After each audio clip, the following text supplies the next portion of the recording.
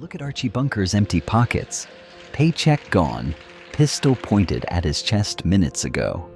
Yet, listen to him roar.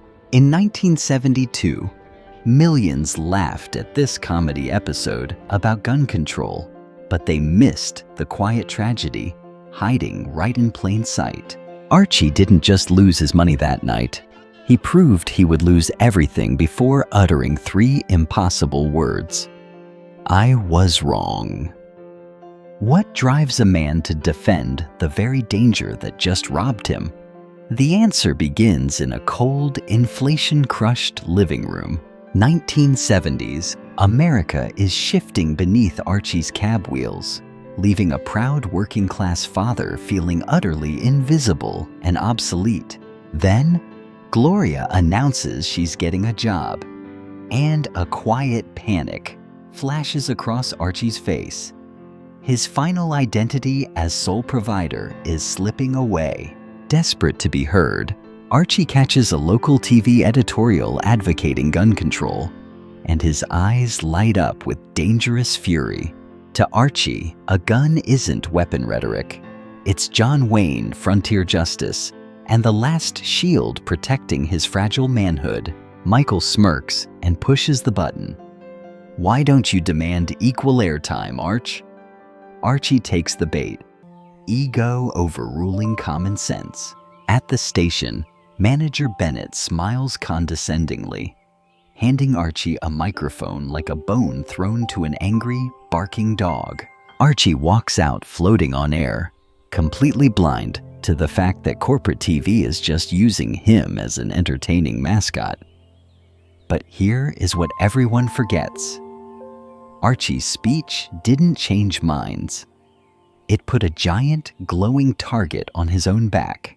On live TV, Archie proudly rants about arming airline passengers, unaware. His biggest fans are watching from a dark corner in Kelsey's bar. Watch Carroll O'Connor's genius here. Chest puffed, grin wide. A small man genuinely believing he has finally become a giant. Thrilled by his instant fame, Archie struts into Kelsey's bar to celebrate, buying drinks like a king returning to his throne. 2 men approach with wide smiles, praising his TV appearance. Archie swells with pride until a cold metal barrel presses against his ribs. The ultimate irony strikes. The muggers didn't target a random stranger. They chose Archie specifically because they saw him on television. In 3 seconds, his grand theories on armed self-defense evaporate into cold, helpless sweat as his hard-earned paycheck is ripped away.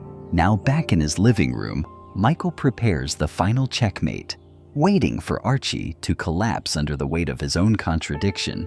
Will Archie finally break? Will he admit his dangerous bravado invited his own ruin? Watch what he does with his empty pockets. He doesn't weep. He doesn't back down. He turns his empty pockets inside out and screams louder, defending the speech that broke him. This isn't foolishness, it's survival. For Archie, admitting defeat is a death far more terrifying than facing an armed robber's bullet.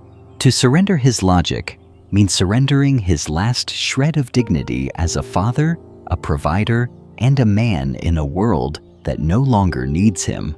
Recall that opening image, the inside-out pockets. They weren't just a sign of stolen money.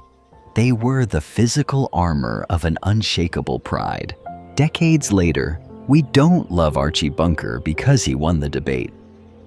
We love him because his desperate, fragile armor is so painfully human.